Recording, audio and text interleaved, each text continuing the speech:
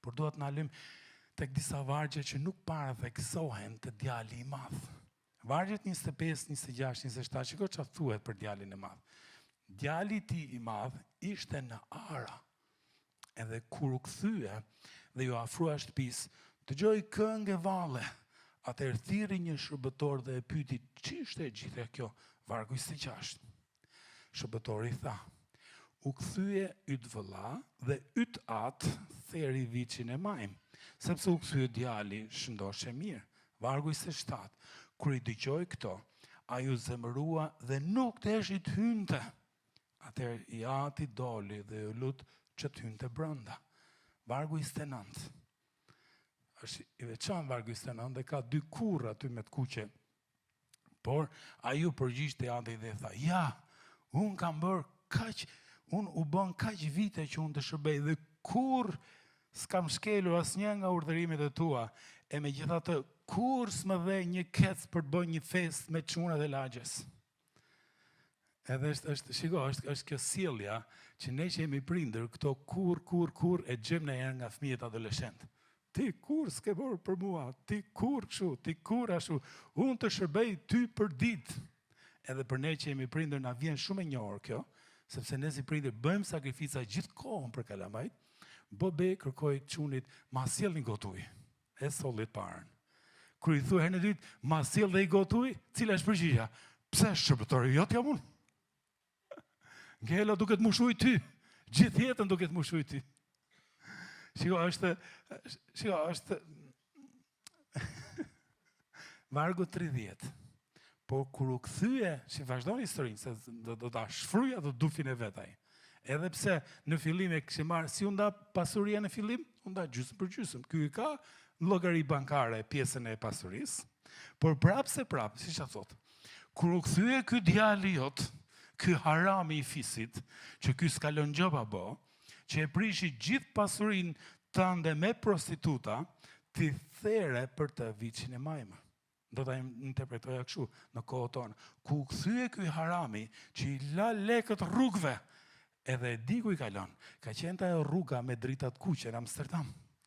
Sepse thuhet fjalë prostituta aty. Edhe çdo natë ka qenë me një gocë tjetër. Pse? E shifjan story. Çdo natë story ishte me një gocë tjetër. Edhe s'la gjë pa bo atje, kurse ti pronotove lokali më të famshëm plagjes tonë, edhe ke porosit një super drek për atë, hiç nuk vi, do rritë parkimi deri kur të marroni, nuk futën brenda. Por çiko, ajo që po thonte djali i madh është një gënjeshtër e madhe. Prandaj edhe ti dhe unë për të qenë të lirë na duhet kjo e treta. E di cila është e treta? Zgjidh çdo ditë. Nuk do i besoj gënjeshtrat e të ligut. Sepse i ligu të lozi me mendjen tonë gjithkohës.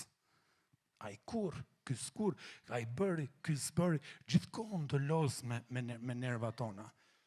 Shiko, prandaj nuk e përjetojmë ndonjëherë të plot të që ka Perëndia për ne. Pse? Sepse besojmë gënjeshtrat e të ligut. Shiko, çdo lloj skllavërie fillon me gënjeshtër. Çdo lloj skllavërie fillon, ti po beson një gënjeshtër që s'është e vërtetë.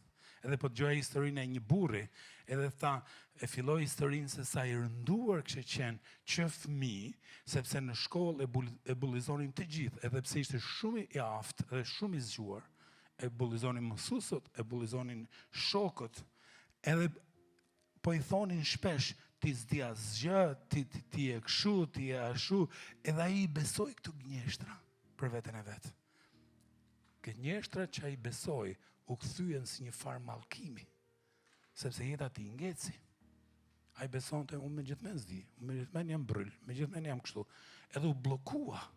Edhe kjo e shtyu këtë, që t'jepte minimumin në shkollë, me zi e kaloi, kështu e vazhdoi historinë. Madje në moshë adoleshencë mori kot, pak më vonë u lidh me një vajzë, të vajzën e la shtatzan që 17 vjeç, edhe u detyruan të martohen, 17 vjeç u bëra prind, edhe shumë shpejt u bëra prind prap edhe prap, edhe 20 vjeç kishe 3 goca, isha pa lek, isha pa punë, isha pa besim tek vetja. Edhe tha, mundësia fundit ishte me shtysën e gruas, aplikova një uzinë kimike që ishte në qytet, edhe pse nuk doja, edhe pse menoja që nuk do të merrin në punë. Edhe tha, kur më thirrën për intervistë, shkova me zor. Madje ju thash në telefon, më thoni që s'm keni pranuar në punë, se e di që s'm keni pranuar, se normal që s'kush më pranon mu, që mos të vi dot deri atje. Por në intervistë e di çfarë i thanë? I thanë një gjë tjetër. Përgjigjet që kështë shkruar ti të intervista janë shumë të veçanta, ti ke arrit të marrësh pikët maksimale që si ka marrë asnjë aplikant. Edhe ajo, ne jo vetëm që duam të marrim në punë, por duam të zbulojmë gjeniun që fshihet brenda teje. Edhe për herë të parë, 20 ca vjeç, ai po ndëgjon fjalë inkurajuse nga dikush që as nuk e njeh. Edhe e tha ishin ato fjalët vlerësuese që edhe këto njerëz besuan tek unë, më motivuan ta pranoja punën, filloj të jepja maksimumin të puna, e filloj të nxirrte botën e brendshme, edhe kompania duke pasaj zoti ishte, i dha mundësinë të shkollohej, edhe u bë një nga inxhinierët më kryesor të kësaj uzinës kimike. U kthye nga një dështak që thonin shokut, e theu mallkimin duke besuar, jo të gënjeshtat e ligut, por duke besuar ato që ishte i Zoti, i besoi Krishtit nga dëshmia e një kolegu, edhe u bë person lider kyç në kishën e tij lokale. Kështu që, nëse edhe për ty janë thënë gënjeshtra, po sikur t'jetë sot momenti që s'do i besosh më ato gënjeshtra.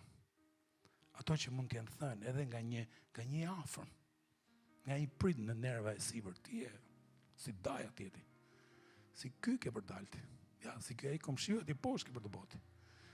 Edhe gjithë to, që pa dashje, janë thënë me nerva, në acarim, në çdo situate, nga një shok, nga një afërm, nga një mik, edhe ke zgjedhur ti besosh.